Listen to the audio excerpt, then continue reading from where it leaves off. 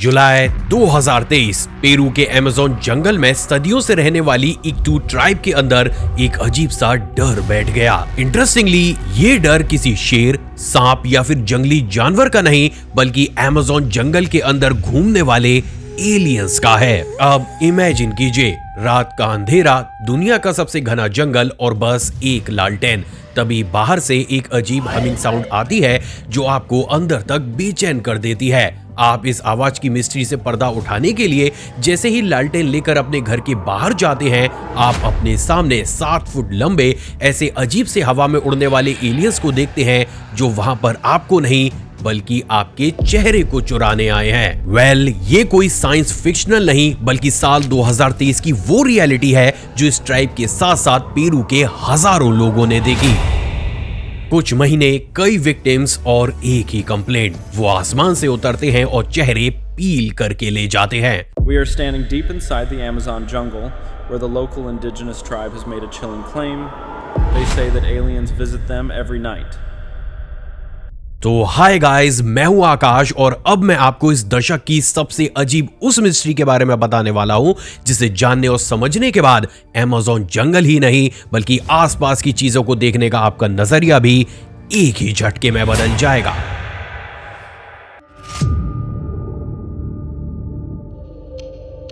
असल में गाइस, ये पूरा ही सिनेरियो स्टार्ट होता है 11 जुलाई 2023 की एक रात से, जब इस ट्राइब में रहने वाला लियम नाम का लड़का नैने रिवर में पानी पीने जाता है। वो तभी कुछ अजीब नोटिस करता है। असल में उसे रात के घने अंधेरे में पेड़ के ऊपर अजीब सी लाइट्स दिखाई दे रही थीं। ये लाइट्स तारों की नहीं बल्कि सॉलिड रेड और ब्लू कलर की गोल ऐसी ऑर्ब्स थीं जो ग्रेविटी को इग्नोर करके हवा में हवर कर रही थी। लियम ने ये सोचा कि कुछ और नहीं बल्कि स्मगलर्स के ड्रोन होंगे, लेकिन तभी कुछ ऐसा हुआ जिसने सबका भ्रम तोड़ दिया। असल में जब लियम पानी पीकर वापस ट्राइब के लोगों की तरफ जा रहा था, तब उसने ये देखा कि उसके ठीक सामने अचानक से एक 7 फीट लंबा अजीब सा फिगर आकर खड़ा हो गया है, जिसका पूरा शरीर एक तरीके से मेटलिक कलर से पेंटेड था। ये ठीक ऐसा ही था कि मानो उसने अपने ऊपर एक कंप्लीट एल्यूमिनियम फॉइल को लपेटा हुआ है। उसका सर इंसानी सर के कंपैरिजन में लगभग दोगुना था और आंखें पीले रंग की चमकती हुई ऐसी बड़ी बड़ी आंखें जिन पर ना ही पलकें थी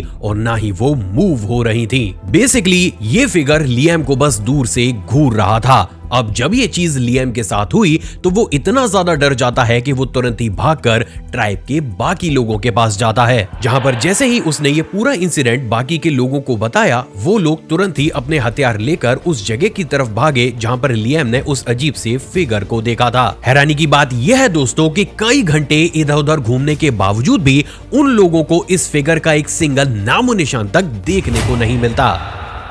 उन्हें बस उस एरिया में गीली मिट्टी के ऊपर बने 2 ऐसे आकार दिखे जिसे देखने के बाद इस ट्राइब के लोगों को यह बिल्कुल भी समझ नहीं आ रहा था कि आखिर यहाँ पर था तो था क्या। अगले दिन जब एक लोकल ट्रैकर जूलियो वेस्क्यूज ने उन फुटप्रिंट को एग्जामिन किया, तब उसने उसमें कुछ डिस्टर्बिंग डिस्कवर किया। वो सर्कल्स केवल 2 से 3 इंच डीप थे, जबकि बात अगर एक 7 फीट के इंसान की की जाए जिसका वजन 70 से 80 किलोग्राम है, उसके मार्क्स कम से कम 5 से 6 इंच गहरे होने चाहिए थे। जिससे ये क्लियर हुआ कि या तो वो फिगर काफी ज्यादा हल्का था या फिर वो प्रॉपर पूरे वजन के साथ जमीन पर नहीं खड़ा था। लेकिन शायद उन्हें इस बात की भनक भी नहीं होगी कि आगे आने वाले कुछ ही समय में ये फिगर ना सिर्फ अपनी रियलिटी को इन लोगों को दिखाएगा बल्कि प्रैक्टिकली ये उनके दिल में एक ऐसी दहशत को भी जमा देगा जो आज तक भी वहां मौजूद है। 11 दिनों के बाद यानी कि 22 जुलाई की सुबह जब ट्राइब के लोग नैने रिवर से मछली पकड़ने गए, तब उन्हें उस किनारे पर एक बॉडी दिखी। ये 19 साल की मारिया शुकुआ थी जो 3 दिन से मिसिंग थी। लोकल कोरोनर डॉक्टर रेनेटो पिनेडो ने जो रिपोर्ट दी वो सुनकर पूरी ट्राइब में सन्नाटा छा गया। बॉडी पर कोई डिफेंसिव वुंड्स नहीं थे, कोई भी स्ट्रगल के निशान नहीं थे, लेकिन फेशियल टिश्यूज को इतनी सटीकता से पील करके हटाया गया था कि मानो ये काम किसी लेजर टेक्नोलॉजी से किया गया हो। और अब सबसे चौंका देने वाली बात, असल में मारिया के वुंड में कोई भी बैक्टीरियल इन्फेक्शन नहीं था, जिसका मतलब ये था कि या तो ये काम देहांत के तुरंत बाद किया गया या फिर यहाँ पर कोई ऐसा स्टेरिलाइजेशन मेथड यूज किया गया है जो कि हमारी स्टैंडर्ड मेडिकल प्रोसीजर से भी एडवांस है। लेकिन गाइस, ये कहानी तो बस यहाँ से शुरू हुई थी, क्योंकि आगे आने वाले हर एक दिन सिर्फ इस ट्राइब के लोगों को ही नहीं बल्कि पेरू में मौजूद उन सभी सिटीज में भी जो अमेज़न जंगल के पास मौजूद थी, उन्हें भी इन तरीके के इंसिडेंट भर भर कर देखने लगे। जिसके बाद ऑफिशियली पेरू के लोकल एडमिनिस्ट्रेशन ने ये एक्सेप्ट किया कि मे बी यहाँ पर कोई ऐसा सरफिरा इंसान मौजूद हो सकता है जो इन तरीके की चीजों को कंडक्ट कर रहा हो। और फाइनली फिर आती है 27 जुलाई 2023 की वो रात जिसने सब कुछ पलट कर रख दिया।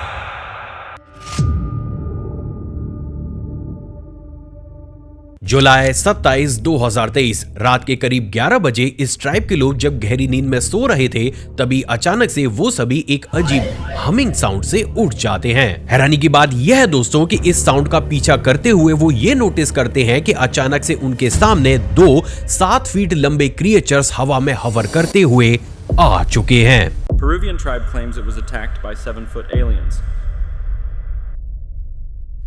ये नजारा अपने आप में इसलिए भी काफी ज्यादा डरावना था क्योंकि वो दोनों ही फिगर्स अजीब सी अपनी ग्लोइंग आई से उस ट्राइब के सभी लोगों को बस घूरते चले जा रहे थे। अब क्योंकि ये सिचुएशन करो या मरो वाली थी, तो इस ट्राइब के लोगों ने तुरंत ही उन फिगर्स के ऊपर बुलेट को शूट करना शुरू किया, लेकिन बुलेट्स उनकी बॉडी से टकराकर नीचे ऐसे गिर गई कि मानो वो हार्डकोर मेटल से टकराई हो। अब जब ये चीज बहुत बड़े स्केल पर होने लगी तो वो दोनों ही फिगर्स अचानक से हवा में ऊपर की तरफ उठते हैं और देखते ही देखते गायब हो जाते हैं। ये मामला इतना ज्यादा सीरियस था कि अगले ही दिन इस ट्राइब के मुखिया जेरियो रिटैगुई डेविला सामने आकर न सिर्फ इस पूरे ही इंसिडेंट को एक इंटरव्यू में बताते हैं, बल्कि वो गवर्नमेंट से भी इस पूरे मैटर में हेल्प मांगते हैं। इंटरेस्टिंगली, जेरियो के इस इंटरव्यू के सामने आने के कुछ ही दिनों के बाद अब पेरू की अलग अलग सिटीज में भी रात में लोगों को अजीबोगरीब रोशनियां चमकती हुई दिखाई देने लगी, जिसके बाद हर दिन कई सौ फोटोज और वीडियोस ना सिर्फ सोशल मीडिया पर वायरल होने लगी,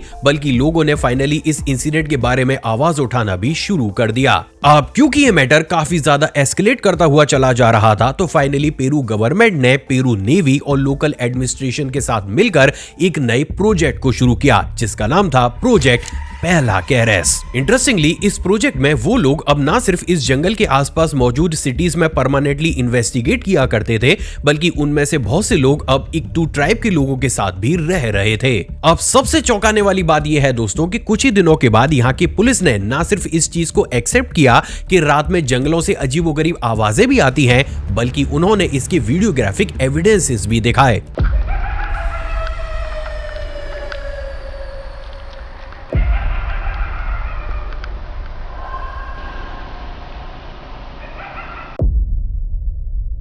समय आगे बीता और अब तक जिन तरीके की साइटिंग्स सिर्फ इस ट्राइब के लोगों को हो रही थी, प्रैक्टिकली अब वो पेरू की अलग अलग सिटीज में भी लोगों को भर भर कर होने लगी। लेकिन तमाम कोशिश करने के बावजूद भी ना ही पुलिस और ना ही पेरू की नेवी कुछ भी ये पता लगा पा रही थी कि आखिर इस एरिया में चल क्या रहा है। अब जब समय के साथ इन तरीके की इंसिडेंट हर दिन और ज्यादा बढ़ने लगे, तो नेशनल और इंटरनेशनल मीडिया ने तो क्लियरली ये लिखना शुरू कर दिया कि पेरू के जंगल में रात में एलियंस का ही साया बना रहता है। और फाइनली गाइस, फिर समय आया अगस्त 2023 का, जहां पर कुछ ऐसा हुआ जिसने ना सिर्फ इस मिस्ट्री के राज से काफी हद तक पर्दा उठाया, बल्कि उसने पेरू के लोगों के दिल में एक ऐसी दहशत भी जनरेट कर दी जो शायद आगे आने वाले कई सालों तक उनके दिल में ही बनी रहेगी।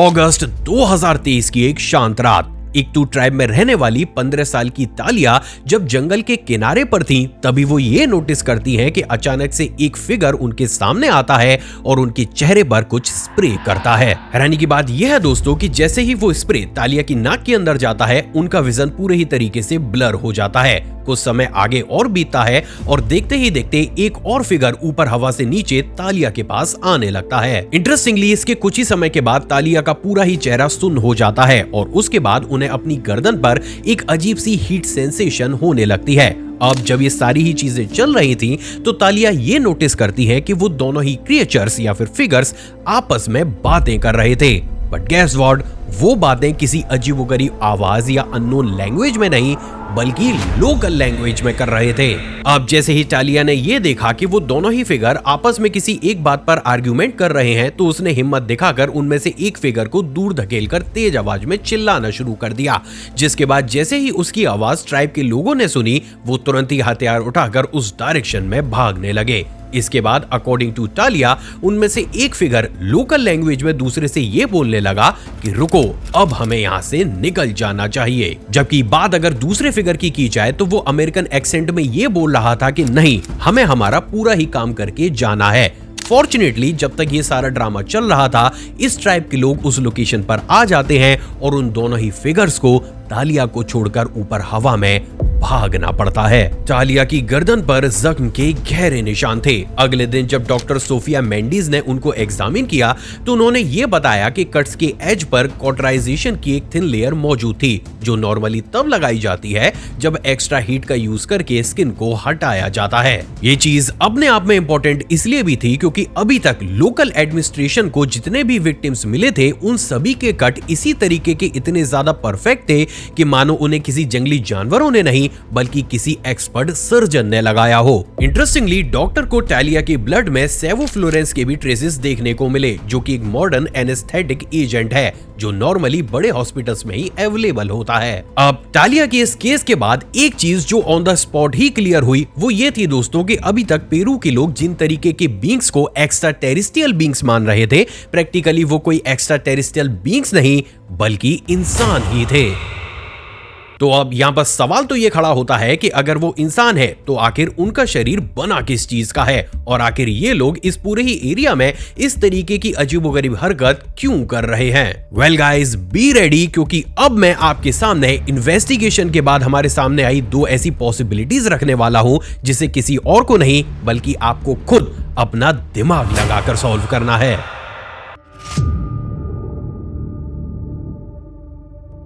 असल में गाइस, टालिया के साथ हुए इस इंसिडेंट के बाद जब इस पूरी ही इन्वेस्टिगेशन को काफी तेज स्पीड से किया गया, तब लोकल एडमिनिस्ट्रेशन एक बेहद ही अजीब सी एक्सप्लेनेशन के साथ पूरी दुनिया के सामने आया, जिसमें उन्होंने ये बताया कि ये काम किसी एलियन या भूत का नहीं बल्कि लोकल स्मगलर्स का है, जिनका प्राइमरी एम जंगल से गोल्ड को माइन करना है। अब देखो गाइस, बात अगर इस एक्सप्लेनेशन की जाए तो इस एरिया पर ये एक्सप्लेनेशन पूरे तरीके से सही बैठती है, क्योंकि प्रैक्टिकली ये एक ऐसा एरिया है जहां पर आज की डेट में भी इलीगल तरीके से बहुत सी अलग अलग जगह पर गोल्ड की माइनिंग की जाती है, और ये माइनिंग इस तरीके की होती है कि लोकल एडमिनिस्ट्रेशन को तो छोड़िए, वहां की गवर्नमेंट को भी इसकी भनक नहीं होती। अब बात अगर उनके उड़ने और बुलेट्स ना लगने की जाए तो इसकी एक्सप्लेनेशन जेट पैक्स और ब्लड प्रूफ आर्मर या फिर जैकेट्स हो सकती है। इसके साथ ही नाइट विजन टेक्नोलॉजी इस चीज को भी क्लियर करती है कि आखिर कैसे उनकी आंखें रात में अजीब तरीके से चमकती होंगी, यानी कि स्वीट एंड सिंपल सी ऐसी एक्सप्लेनेशन जिसमें पेरू गवर्नमेंट इस चीज को कंफर्म कर रही थी कि ये काम किसी और का नहीं बल्कि छोटे मोटे स्मगलर्स का ही है। लेकिन गाइस, इस एक्सप्लेनेशन के साथ मेजर कुछ प्रॉब्लम्स भी हैं। असल में देखो, बात अगर इन तरीके के लोगों की जाए तो इनका काम काफी ज्यादा सीक्रेटिव होता है, यानी कि इन तरीके के लोग अगर कहीं पर भी अपने काम को कर रहे हैं तो ये कभी भी इंटेंशनली कुछ ऐसा नहीं करेंगे कि आपको इनकी प्रेजेंस की भनक तक हो। लेकिन बात अगर उन फिगर्स की जाए तो वो ना सिर्फ इंटेंशनली बार बार इस ट्राइब के लोगों को डरा रहे थे, बल्कि वो आसपास के शहरों में लोगों के फेस को पील करके बार बार न्यूज हेडलाइन में भी आ रहे थे, और ये ट्रेड्स स्मगलर्स के कभी भी नहीं होते। इसके साथ ही अगर ये भी मान लिया जाए कि ये स्मगलर्स जेट पैक्स का इस्तेमाल कर रहे थे, तब भी भाई इसके साथ दो परेशानियां हैं। देखो, नॉर्मली ये जो जेट पैक्स होते हैं ये इतनी ज्यादा तेज आवाज करते हैं कि अगर ये आसपास से कहीं भी उड़ रहे हो तब भी आप अपना सारा ही काम छोड़कर सिर्फ इन्हें ही देखने लगेंगे। लेकिन बात अगर इस ट्राइब और आसपास के लोगों के स्टेटमेंट की जाए तो उन्होंने क्लियरली ये बोला था कि ये फिगर्स बेहद ही खामोशी के साथ हवा में हवर करते हैं। इसके साथ ही बात अगर दूसरी प्रॉब्लम की जाए तो वो है इनकी कॉस्ट। असल में गाइस, एक अच्छा जेट पैक इंडियन करेंसी के हिसाब से लगभग 3 करोड़ रुपए के आसपास आता है, जो किसी भी स्मगलर या इन तरीके के लोगों के खरीदने की कैपेसिटी के अंदर बिल्कुल भी नहीं होता। ये ठीक ऐसा ही है कि मानो एक गली के छोटे मोटे गुंडे के पास अपनी खुद की मर्सिडीज कार हो। तो अब सवाल तो ये है कि अगर ये काम स्मगलर्स का नहीं था तो ये कर कौन रहा था? वेल गाइस, इसका काफी हद तक हमें जवाब दिया दो इंडिपेंडेंट रिसर्चर्स तिमोथी एल्बेरिनो और ऑल्टो नैने ने, जिन्होंने इस एरिया में जाकर ना सिर्फ कई सौ लोगों के स्टेटमेंट को रिकॉर्ड किया, बल्कि उन्होंने एक ऐसी चीज को भी पूरी दुनिया के सामने लाकर रखा जिस पर कोई भी ध्यान नहीं दे रहा था। असल में जिस वक्त ये सारी ही चीजें इस एरिया में चल रही थी, उससे ठीक पहले इसी एरिया में यूएसए का एक सीक्रेट प्रोजेक्ट भी चल रहा था, जिसका ऑफिशियल नाम रेसोल्यूट सेंटिनल 2023 था। इंटरेस्टिंगली इस प्रोजेक्ट में 87 यूएस मरीन्स और यहां तक कि स्पेस फोर्स के भी बहुत से लोग मौजूद थे, और इस एक्सपेरिमेंट में कुछ ऐसे जेटपैक्स भी बनाने का ट्राई किया जा रहा था जो कम से कम आवाज में ज्यादा से ज्यादा वेट को लिफ्ट कर सके। इसके साथ ही इस प्रोजेक्ट में एक ऐसे tactical assault light operator suit को भी शोकेस किया गया था, जो देखने में काफी हद तक वो क्वालिटी रखता था जो इस ट्राइब और आसपास के शहर में रहने वाले लोगों ने उन फिगर्स में देखी थी। अब सबसे चौंकाने वाली बात तो यह है दोस्तों कि यहाँ पर कुछ रिसर्चर्स का तो ये भी क्लेम है कि इसी प्रोजेक्ट के दौरान एक ऐसी लेजर कटिंग टेक्नोलॉजी को भी डेवलप किया जा रहा था जिसकी मदद से आसानी से स्किन को पील किया जा सकता था। और अब अगर इन सारी ही चीजों को हम इस इंसिडेंट के साथ कंपेयर करें तो हमें काफी हद तक ये बात समझ में आती है कि कैसे वो फिगर्स हवा में उड़ रहे थे, क्यों वो बुलेट प्रूफ थे और कैसे वो बिल्कुल सटीक तरीके से फेस को पील किया करते थे। हालांकि यहाँ पर यह बात मैं पूरे तरीके से क्लियर कर दूं कि इस एरिया में ये जो इंसिडेंट हो रहे थे, यूएस का जो ये सीक्रेट प्रोजेक्ट था, ये उससे 2 दिन पहले ही बंद हो चुका था। तो अब यहाँ पर इस प्रोजेक्ट को इन इंसिडेंट से डायरेक्टली कनेक्ट किया जा सकता है या फिर नहीं, देखो ये चीज खुलकर कोई भी नहीं बोल सकता।